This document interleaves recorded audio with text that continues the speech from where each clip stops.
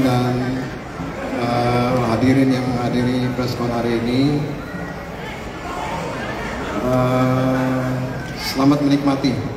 Oke. Singkat padat. Tepuk tangan dulu dong untuk Pak Rahayu, CEO Naga Suara Music and Publishing yang pastinya menjadi eksekutif produser single ini. Oke, sebelum saya kasih persilahkan yang punya suara di single ini, saya mau menyapa dulu ada di sebelah kiri Anda yaitu Mas Yogi dan juga Mas Jaya. Ini adalah duo maut, tadi sudah diperkenalkan seperti apa jejak rekamnya oleh Sandra ya. Boleh dipegang dulu mikrofonnya Mas, satu-satu. Oke. Konfirmasi lagi, RPH ini sekarang apa singkatannya? Dulu Republik Patah Hati, terus Republik Penguasa Hati, sebenarnya sama aja. Karena Republik Penguasa Hati itu mewakili kalau teman-teman kita, karena kita nggak punya fans, kita punyanya teman. Okay. Itu untuk mewakili pasukan-pasukan patah hati lebih situ. Oke, kayaknya Mas Yogi ini dari RPH ini adalah teman curhat yang paling enak ya kalau kita lagi patah hati ya. Insya Allah. Bisa jadi lagu ya. Oke, sementara sang rapper Mas Jaya ada yang mau dikasih komentar bagaimana kolaborasi dengan Sibat di Cocote? Kolaborasinya sih selalu asik ya kalau sama Sibat ya. Dia tuh partner yang asik buat diajak kolaborasi lah. Nggak susah, terus nggak ribet orangnya gitu. Seru lah kalau sama dia. Okay. Nggak rewel. Nggak rewel. Oh emang ada yang rewel ya? Maksudnya dia nggak rewel. Oh. Yang rewel kita sih sebenarnya. Yang rewel justru RPH.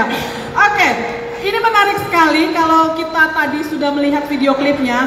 Banyak effort yang dilakukan oleh Sibat. Pertama adalah dia bernyanyi dalam bahasa Jawa. Satu, terus kedua menjadi rapper. Kita mau tahu dulu nih testimoni dari Sibat dengan dua tantangan itu di lagu Cocote. Testimoni. Gimana ya? Bagaimana cara bisa mempelajari bahasa Jawa untuk bisa menyanyikan lirik lagu ini? Untungnya Mas Yogi orang Jawa. Jadi begitu aku rekaman lagu ini, semua liriknya sampai ke apa itu namanya ya, hafalannya tuh Mas Yogi yang kasih tahu gitu. Jadi itu bukan cuma sekali loh kita rekaman. Jadi beberapa kali kita rekaman tuh pasti ada yang ketinggalan T-nya lah atau D-nya lah gitu. Pasti dibenerin sama Mas Yogi gitu. Untungnya Mas Yogi orang Jawa gitu. Dan di sini orang Sunda tuh, aku sama Kang Jaya tuh orang Sunda kan gitu. Oke, sebagai perempuan Sunda ketika harus menyanyikan lagu berbahasa Jawa, untungnya sang pencipta lagu menjadi mentor ya. Benar. Oke, supaya pas pelafalannya atau pronunciation-nya. Oke, bagaimana soal bait atau part nge-rap? Ya Allah, dah. Ini tuh lagu pertama kalinya aku nge-rap. Apalagi nge-rapnya tuh ada yang bahasa Jawanya juga kan ya. Udah mah kalau bahasa Indonesia belepotan, apalagi bahasa Jawa gitu kan. Tapi ya itu dia, balik lagi Mas Yogi tuh ngedirect aku gimana caranya supaya aku bisa. Mas Yogi dan Kang Jaya tuh ngedirect aku. Jadi begitu aku kesulitan, dicari yang gampangnya sama mereka. Gimana caranya supaya aku bisa, supaya aku masuk di lagu itu gitu. Okay. Gitu sih, jadi ya enaknya sama Mas Yogi sama Kang Jaya, mereka bikin aku supaya nggak pusing banget gitu. Jadi mereka bikin aku gampang. Istilahnya dikawal ya. Betul. Lebih susah nge-rap atau lebih susah menyanyi dalam bahasa Jawa? Nge-rap lah. Karena kan kalau nge-rap tuh kalau kita ada cengkok-cengkoknya juga aneh kan. Terus disuruh kalau nge-rap itu kan kayak ngomong biasa aja gitu ya. Sedangkan kalau ngomong biasa aja kan nggak merepet kayak nge-rap ya gitu. Jadi ya dibawa enjoy aja sih pas aku nge-rap. Oke, sekarang udah bisa nge-rap. Nanti kalau di rumah mau merepet-repet sama suami bisa dengan... Bisa banget, kalau ngomel-ngomel kan nggak usah diajarin. Kalau ngomel nomor 1. Kalau ngomel-ngomel nomor 1 sama suami. Apa sih kontribusi suami untuk lagu terbaru setelah 3 tahun vakum atau hiatus? Mas Yogi jawab. Loh, nanya kontribusi apa suami aku? Kontribusi. Kontribusi. Kalau suaminya Sibat, Mas Kris itu sebenarnya lebih cerewet loh. lebih detail. Iya, lebih detail. Daripada sang komposer atau oke. Iya, dia beberapa kali ngasih masukan kayak misalnya depan ini ada sindennya. Itu sindennya juga hasil discuss kita sama Mas Kris. Dia ngasih masukan, Mas kalau misalnya depan atau belakangnya itu nanti dikasih kayak ada mistis-mistis sinden kayak gitu gimana? Oh oke, masuk.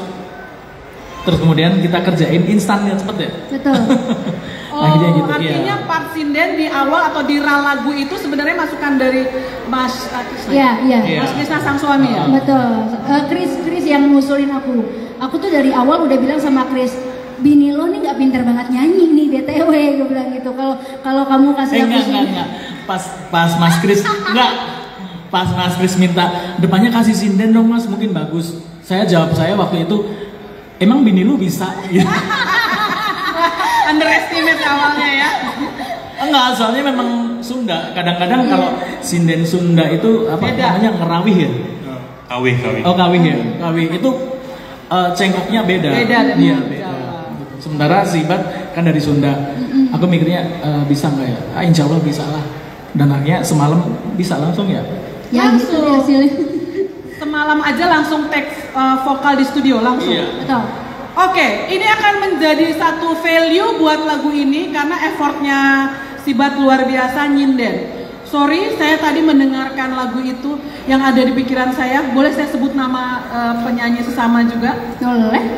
Biasanya yang nyinden-nyinden gitu yang ada di benak kita top of mind saya mungkin ya dan sebagian orang.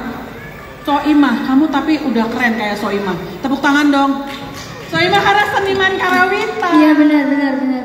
Kan? Emang itu pacuan aku Soimah emang. Pacuan aku. Emang apa artinya itu pas sinden partnya? Apa artinya Mas? Oke. Sebentar, saya kulik lagi. Saya tidak akan habiskan semua atas pertanyaan saya karena kita akan kasih kesempatan teman-teman wartawan. Mas Daya, ketika kita mendengarkan bahwa produk ini adalah punya Naga Suara, tadi kita sudah ingat bahwa dance dude, tapi ini kan dude hip hop, gitu ya. Sebenarnya dari sisi Anda sebagai komposer dan juga penyanyi, seperti apa sih asyiknya ketika dangdut diimbuhkan atau dikolaborasikan dengan hip hop? Anda sebagai rapper. Sebenarnya genre dangdut itu kalau saya bilang sih genre yang paling fleksibel ya, bisa masuk kemanapun dan ketika di-collab dengan genre apapun tetap terdengar asik gitu. Nah kalau kebetulan yang kita bawain sekarang ini kan dangdut hip hop gitu kan, karena emang rootsnya dari Naga Suara juga dance dude kan, jadi sebenarnya nggak terlalu jauh, elektronik musik juga gitu. Cuman ya kita combine dengan stylenya RPH dengan stylenya Mas Yogi. Jadi ya sebenarnya asik-asik aja sih Mbak. Nah ini tolong jawab jujur ya.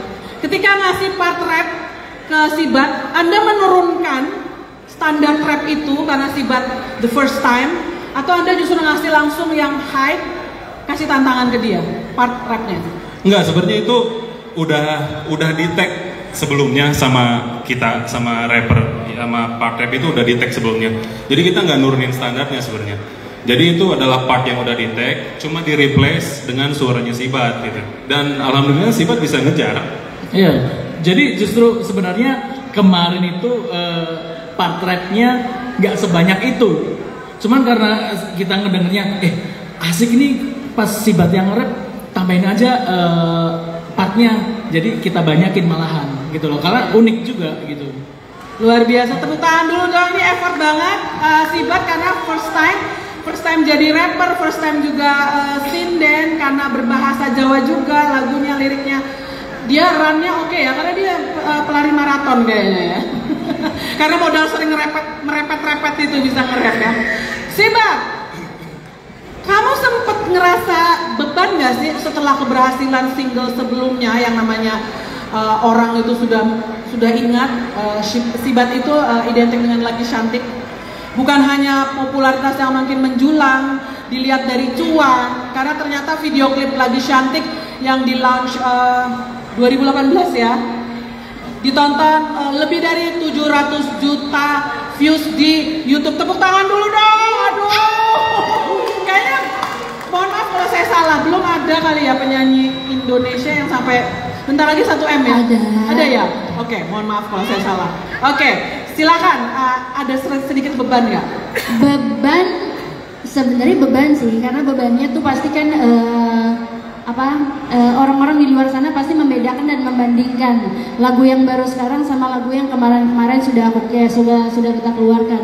Tapi itu semua balik lagi ke kitanya. Kita kan udah melakukan yang terbaik. Ini menurut kita yang terbaik. Ini yang sebisa kita sudah kasih single terbaru. Diterima atau tidaknya sama masyarakat ya, itu kembali lagi kepada mereka gitu. Kalau beban sih ya beban ya Mas Yogi ya. Ini lagu gimana ya, ini lagu ya, ini bisa kayak Shanti atau kita juga sebenarnya juga ngerasain beban. Maksudnya beban tuh lebih ke gini. Kemarin lagu bisa seviral itu, bisa viewersnya sebanyak itu. Nextnya kita bikin bisa nggak ya segitu? Gitu. Sebelumnya kita berpikir seperti itu.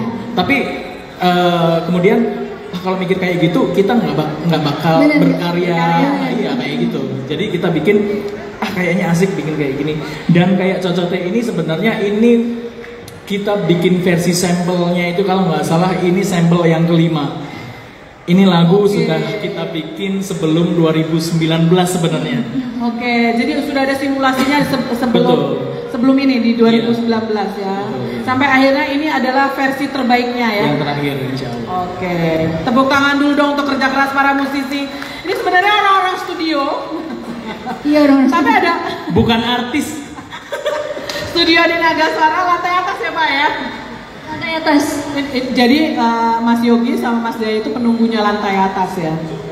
Juru kunci ya. Jadi unsur mistisnya memang sudah mereka bawa, unsur magisnya sudah mereka bawa ya di lagu ini. Tadi ada yang berbisik sama aku, ini Cocote. Dia tahu ya, walaupun aku bukan orang Sunda tapi kita bukan orang Jawa, tapi tahu Cocote ini maknanya apa. Kita buka Q&A session aja boleh ya Pak ya? Oke, siapa yang mau bertanya tadi? Arif mana Arif? Oh langsung, oke. Siapa kita tadi Arif cek dari cek digital. Oke, ada di mana mikrofonnya? Boleh? Langsung dipegang. Silakan Mas Heru. Ini juga orang Tegal ya kayaknya ya. Ngerti banget ya sama Cocote ya. Ngapa. Mas Heru sudah? Assalamualaikum warahmatullahi wabarakatuh. Selamat untuk Sibat atas lagu barunya Cocote. Tolong dikondisikan. Selamat Pak Rahayu. Ini kayaknya lagu yang akan viral banget, apalagi menjelang pemilu gitu ya. Pertama kali saya mendengar judul ini langsung teringat masa kecil saya. Kalau di daerah Tegal di Jawa Tengah itu Cocote udah lumrah udah. Kalau orang terlalu banyak bicara selalu dengan Cocote gitu. Jadi semacam sumpah serapah. Yang ingin saya tanyakan Mas Yogi, idenya dari mana Cocote? Apakah memang sebagai sumpah serapah akan orang yang mungkin caleg yang terlalu banyak bicara atau seperti apa? Ini kayaknya tepat sekali diluncurkan menjelang pemilu gitu ya. Jadi bisa menjadi semacam introspeksi para caleg yang terlalu banyak janji-janji. Apakah memang sengaja dibuat menjelang pemilu atau seperti apa? Atau kemudian para Yu, kira-kira nanti lagu ini mau di panggungan di banyak tempat atau seperti apa? Apakah memang mau diviralkan benar-benar? Karena ini bisa untuk mengingatkan para politikus kita untuk tidak terlalu banyak janji. Makasih dari saya. Terima kasih Mas Heru. Tepuk tangan dulu untuk pertanyaan pertama dari wartawan yang penasaran. Ide awal membuat lagu Cocote ini seperti apa? Apakah memang sengaja? Tapi kalau sengaja mungkin enggak, karena kan dari tahun 2019 ya.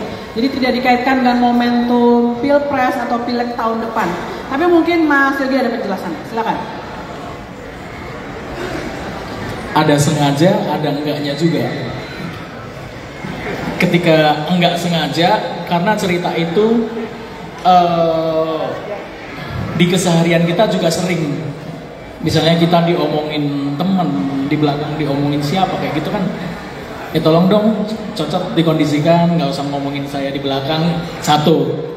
Terus kalau yang kedua, memang menjelang menuju 2024, sama dulu itu pun saya bikin lagunya sebelum 2019 sebenarnya juga dalam rangka itu. Karena kami ini seniman ngelihatnya teman-teman, banyak teman-teman, saudara atau apa, tiap kali menjelang pemilu atau apa banyak banget yang musuhan. Ya, karena kemakan hoax atau apa, jadinya kadang-kadang kita kalau ngobrol ya kan sering ya debat ya. Debat yang tidak ada ujungnya sebenarnya. Yang di sini debat, yang di sono makan siang. Iya. Oke, siapa tuh? Oke, jadi artinya bisa iya bisa enggak ya? Sudah ditangkap maksudnya ya, Mas ya? Ini yang repotnya ya kalau udah jelang pemilu, ketemu teman lama di Facebook, silaturahmi terjalin gara-gara WhatsApp, tapi gara-gara pilpres bisa jadi musuhan. Banyak. Tapi cocok teh, tolong dikondisikan ya.